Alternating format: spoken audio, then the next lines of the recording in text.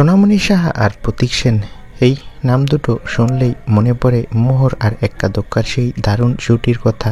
যদিও এখন তারা আলাদা ধারাবাহিকে কাজ করছে, কিন্তু দর্শকের মনে এখনও সেই জুটির জন্য আলাদা একটা জায়গা আছে।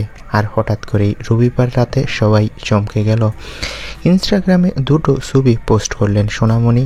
প্রতীকের সঙ্গে কালো পোশাকে উজ্জ্বল অভিনেত্রী, আর পাশে সাদা শার্টে স্নিগ্ধ প্রতীক সেন। একটায় হাসি মুখে সেলফি, আরেকটায় প্রতীকের গালে মাথা রেখে চুপ করে বসে আছেন সোনামণি। যেন অনেক না বলা কথা জমে আছে ওই চোখে মুখে। আর ক্যাপশনে একেবারে ফিল্মি, তুমসা হামসা। তবে ছবি দেখেই অনুরাগীরা বুঝে গেছেন এটা কোনো ফটোশ্যুট নয়, এটা প্রেমের স্বীকারোক্তি। শেষমেশ গুঞ্জনের পর্দা ফাঁস করে প্রতীক সোনামণি যেন বলেই দিলেন, হ্যাঁ, আমরা একসঙ্গে রয়েছি, আমরা প্রেম করছি, তোমাদের জানিয়ে দিলাম।